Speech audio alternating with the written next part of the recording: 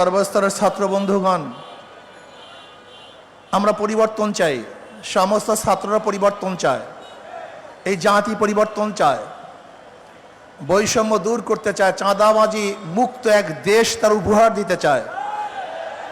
এমন দেশ উপহার দিতে চায় যেখানে সাম্য থাকবে, মানবিক মর্যাদা, সামাজিক ন্যায় বিচার প্রতিষ্ঠিত হবে, যেখানে ছাত্রদের অধিকার বাস্তবায়ন হবে, ছাত্ররা পড়াশোনা করবে, সর্বোচ্চ ডিগ্রি অর্জন করবে, ক্যাম্পাসগুলি নিরাপদ থাকবে, আমার ছাত্রীরা পড়াশোনা করবে, ইফতিজিংয়ের শিকার হবে না। মেধাবী গরিব ছাত্রছাত্রীদেরকে রাষ্ট্রীয় খরচে সর্বোচ্চ শিক্ষার ব্যবস্থা করতে হবে।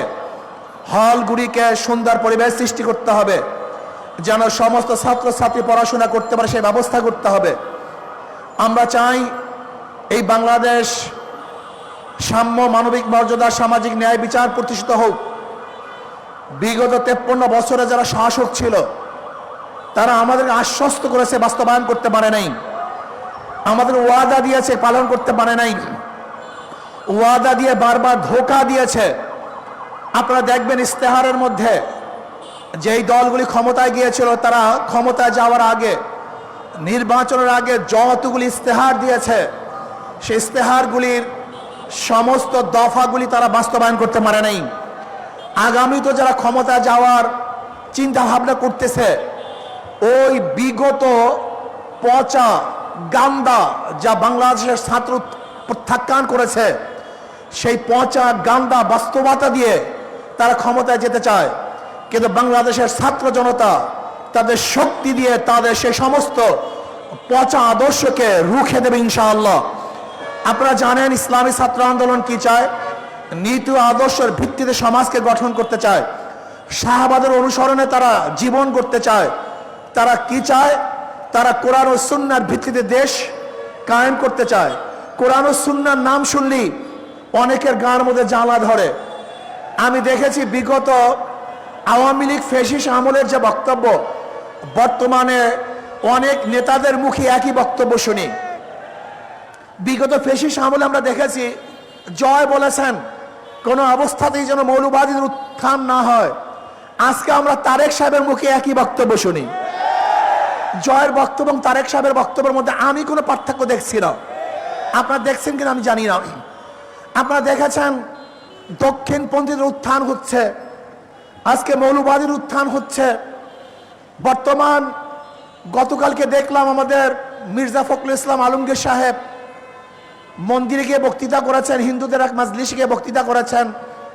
সেখানে ধর্মের ব্যাপারে ইসলামের দিকে ইঙ্গিত করে বর্তমান ইসলামী শাসনের ব্যাপারে তিনি ইঙ্গিত করেছেন। আমি বলবো 92% মুসলমানদের ইসলামী হুকুমাত হবে, তা আশ্চর্য হওয়ার কি আছে? বরং 92% মুসলমানদের ইসলামী হুকুমাত না হওয়ার ব্যাপারে আশ্চর্য আছে। হচ্ছে না কেন? আমি বলবো আসুন আমরা সবাই সম্মিলিতভাবে ইসলাম হুকুমাত কায়েম করার জন্য চেষ্টা করি। আর বিএনপি ভাইদেরকে বলবো, আপনারা যাদের ভোট নিয়ে এতদিন নির্বাচিত হয়েছেন সেই ভোটগুলি দক্ষিণপন্থীদের ভোট ছিল, সেই ভোটগুলি ডানপন্থীদের ভোট ছিল, সেই ভোটগুলি মৌলবাদীদের ভোট ছিল। আপনি দেখেন খালেদা জিয়া তিনি মৌলবাদীর পক্ষে বক্তৃতা করেছেন, এমনকি মির্জা সাহেব তিনিও মৌলবাদীদের পক্ষে বক্তৃতা করেছেন, মোশাররফ সাহেব তিনিও মৌলবাদীর পক্ষে বক্তৃতা করেছেন। যারা এক সময় মৌলবাদীদের পক্ষে বক্তৃতা করতেন এখন তারা মৌলবাদীদের বিপক্ষে বক্তৃতা করার কারণটা কি? এর কারণটা কোথায় জানেন? আসলে মৌলবাদীরা শিখে ফেলছে, জেনে ফেলছে যে মৌলবাদীদের সাথে এত বছর পর্যন্ত প্রতারণা করা হয়েছে, তাদের দাবি দাওয়াকে বাস্তবায়ন করে নাই। আগেকার সমস্ত নীতি আদর্শকে উপেক্ষা করে ইনশাআল্লাহ এদেশে ইসা ছাত্র আন্দোলন ইসলাম হুকুমাত কায়েম করবে। আর আমি মনে করি আগামী নির্বাচন পিআর সারা নির্বাচন, ফ্যাসিস্টদের পুনর্বাসন, এইটাই আসলে বাস্তবতা। পিআর সিস্টেমে নির্বাচন চাই যাতে দ্বিতীয়বার ফ্যাসিস্ট এদেশে আর সৃষ্টি না হতে পারে। আল্লাহ আমাকে এবং আমাদের সবাইকে ঐক্যবদ্ধভাবে আগামী নির্বাচন ইসলামকে ক্ষমতা নেয়ার আল্লাহ পাক তৌফিক দান করেন। আমা আলাইনা ইল্লাল বালাগ। আসসালামু আলাইকুম ওয়া রাহমাতুল্লাহি ওয়া বারাকাতুহু।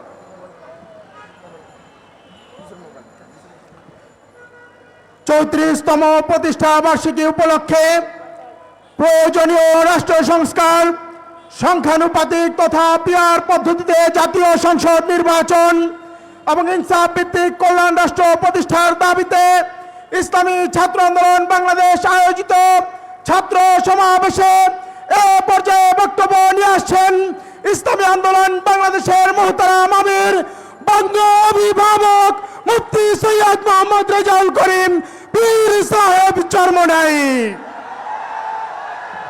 নারায়ে তাকবীর, নারায়ে তাকবীর। এই আগামী দিনে কোনো মার্কা আছে? এই বাংলাদেশের কোনো মার্কা আছে? এই তালিবামে কোনো মার্কা আছে? এই সেই মার্কা।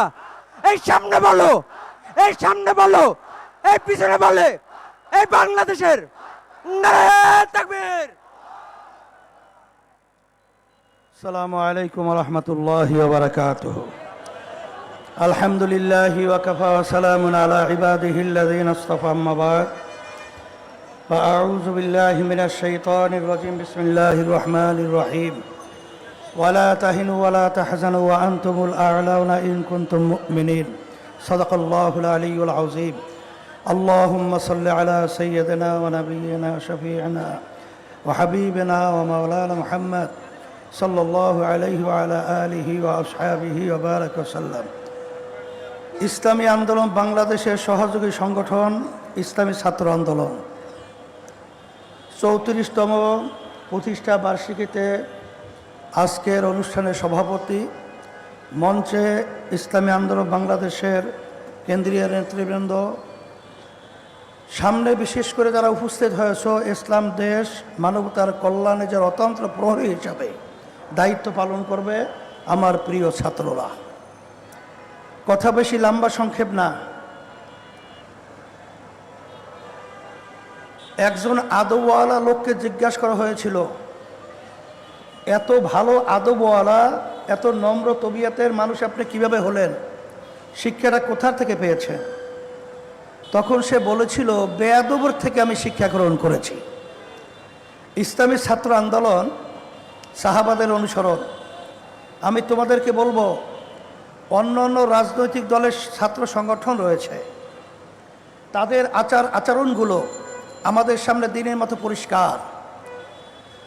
ওরা কিন্তু সন্ত্রাসী, খুনি, চাঁদাবাজি, বিভিন্ন অপকর্মের সাথে জড়িয়ে আছে।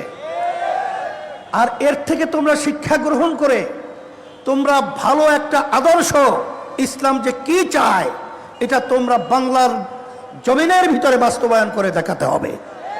আলহামদুলিল্লাহ, শুকরিয়া আদায় করছি যে 34 বছর হয়ে গেল ইসলামী ছাত্র আন্দোলন প্রতিষ্ঠিত হয়েছে। আল্লাহর রহমতে, আল্লাহর খাস মেহেরবানি, তোমাদের দোয়ায় আজ পর্যন্ত কোনো বদনামের ছাপ ছাত্র আন্দোলনের ছেলেদের প্রতি আল্লাহর রহমতে কালির কোনো লেপন আল্লাহর ভজরে লাগে নাই। আর এ দ্বারাই সিগন্যাল আসছে যে তোমাদের মাধ্যমেই এই বাংলাদেশ সাধারণ অসহায় মানুষগুলো তারা স্বাধীন পাবে, অসহায় মানুষগুলো মাথা উঁচু করে দাঁড়াতে পারবে, এবং এখান থেকে খুনিদেরকে তোমরাই জমিন থেকে উৎখাত করতে পারবে। আমি বেশি লম্বা আলোচনা না করে সংক্ষেপে বলবো, আজকে 53 বছরে আমাদের দেশে সুষ্ঠু ধারা কোনো রাজনীতি প্রতিষ্ঠিত হয় নাই।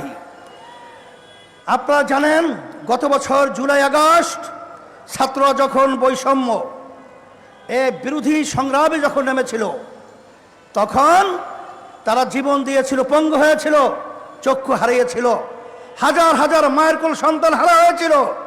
আমাদের মূল একটা লক্ষ্য উদ্দেশ্য ছিল, এ দেশকে আমরা সুন্দরভাবে সাজাবো, এই দেশটা আবার স্মরণীয় দেশ হবে, আর আমাদের দেশের টাকা পাচার হবে না, আর আমাদের মায়ের কোল সন্তান হারা হবে না, আর এই দেশে আইনাগার তৈরি হবে না, লক্ষ লক্ষ পরিবার মিথ্যা কেসের মাধ্যমে আর সংসার ধ্বংস হবে না।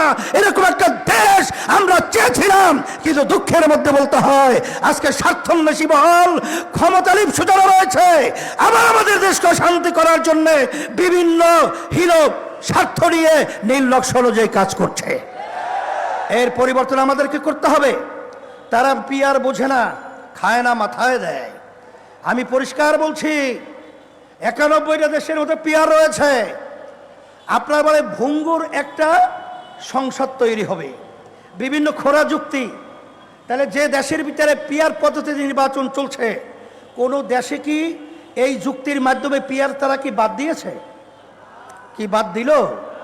তা বাদ তো দিলই না, বরঞ্চ আরো নতুন নতুন দেশ পিয়ার পদ্ধতির নির্বাচনের মাধ্যমে দেশকে সুন্দর একটা দেশ করার প্রক্রিয়া তারা আগাচ্ছে। এখানে পরিষ্কারভাবে আমরা বলছি, অন্তর্বর্তীকালীন সরকারকে আপনার কমিটমেন্ট ছিল সংস্কার করবেন, খুনিদের বিচার দৃশ্যমান করবেন, তারপরে আপনার জাতীয় নির্বাচনের ব্যবস্থা করবেন। এখন পর্যন্ত আমাদের মৌলিক সংস্কার আমরা দেখছি না, হয় নাই। এরপরে আমরা দৃশ্যমান কোনো বিচার দেখি না, এটা দৃশ্যমান করতে হবে। আর সাথে সাথে বড় সংস্কার হলো এই 53 বছরে যে পদ্ধতিতে নির্বাচন হয়েছে, এই নির্বাচনের মাধ্যমেই ফ্যাসিস্ট তৈরি হয়েছে, খুনি তৈরি হয়েছে, চাঁদাবাজ তৈরি হয়েছে, আমাদের দেশের টাকা বিকাশের পাচার হয়েছে। এই নির্বাচন আর বাংলা জমি দেখতে চায় না। এই জন্যে আমরা পরিষ্কার বলছি যে আমরা এদেশের সন্তান, এদেশ নিয়ে ভালো মন্দ নিয়ে চিন্তা করার দায়িত্ব আমাদের রয়েছে। আপনারা যেন তোর একটা নির্বাচন করবেন, আবার চাঁদাবাজদেরকে পুনর্বহাল করবেন, আর আমাদের মায়ের কোলে আবার সন্তান হারা হবে, এটা কখনোই আমাদের হুঁশ থাকতে, গলা থাকতে, মুখ থাকতে বন্ধ করব না, বলতেই থাকবো, পরিবর্তন করতেই থাকবো। সেই লক্ষ্যেই আমি সকল কর্তৃত্ব আহ্বান জানাবো। সিংহভাগ রাজনৈতিক দল বাংলাদেশের, তারা কিন্তু পিয়ার পদ্ধতিতে নির্বাচন চায়। এখানে চায় না কারা? এটা কি দেশের স্বার্থে, না ব্যক্তি, না দলের স্বার্থে? এটা কিন্তু আমরা জেনে ফেলেছি। যদি আপনারা নাই চান, আমরা পরিষ্কারভাবে বলছি, বাংলাদেশের জনগণের কাছে মতামতের জন্য পাঠিয়ে দেন, গণভোটের ব্যবস্থা করেন। কারণ সুজন তারা সাধারণ আমাদের মানুষের, বাংলাদেশের জনগণের কাছে তারা মতামত চেয়েছিল। 71% মানুষ পিয়ারের পক্ষে তারা মতামত প্রকাশ করেছে।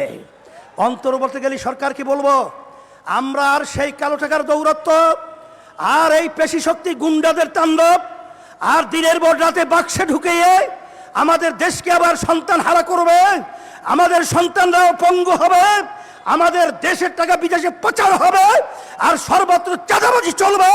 এই পদ্ধতির নির্বাচন আমরা চাই না, হতে দেব হবে না এবং করতে পারবে না ইনশাআল্লাহ। এই আশাবাদ ব্যক্ত করে তোমাদেরকে অতন্ত্র প্রহরীর মতো দেশকে পাহারার দায়িত্ব রেখে আমি আমার আলোচনা শেষ করছি। সকলকে ধন্যবাদ জানাচ্ছি এই সুন্দর প্রোগ্রাম তোমরা উপহার দেয়। এখন আগামী ডাকসু নির্বাচনে ইসলামী ছাত্র আন্দোলন বাংলাদেশের প্যানেল ভিপি মোহাম্মদ ইয়াসিন আরাফাত, ইয়াসিন কোথায়? সবাই বলে আলহামদুলিল্লাহ। আর জিএস এই খাইরুল আহসান মারজান, মারজান কোথায়? মারজান। আর এজিএস সাইফুল মোহাম্মদ আলাউদ্দিন, আলহামদুলিল্লাহ। আল্লাহ এদেরকে ইসলামের জন্য, দেশের জন্য এবং শিক্ষাঙ্গনে সুন্দর পরিবেশ তৈরি করার জন্য আল্লাহ এদেরকে কবুল করুক, বিজয় দান করুক। আর পূর্ণ প্যানেল এখানে আছে, এখানে আপনারা দেখতেছেন, তোরা একটু দাঁড়াও, সামনে যাও, আংশিকরা আছে, ওদের জন্য সবাই দোয়া করবা। আল্লাহ যেন ইসলাম দেশ মানবতার পক্ষে কল্যাণে আল্লাহ কবুল করে। আল্লাহুম্মা আমিন। রব্বানা আতিনা ফিদ দুনিয়া হাসানা ওয়া ফিল আখিরাতি হাসানা ওয়া কিনা আযাবান নার বিরহমাতিকা ইয়া আরহামার রাহিম।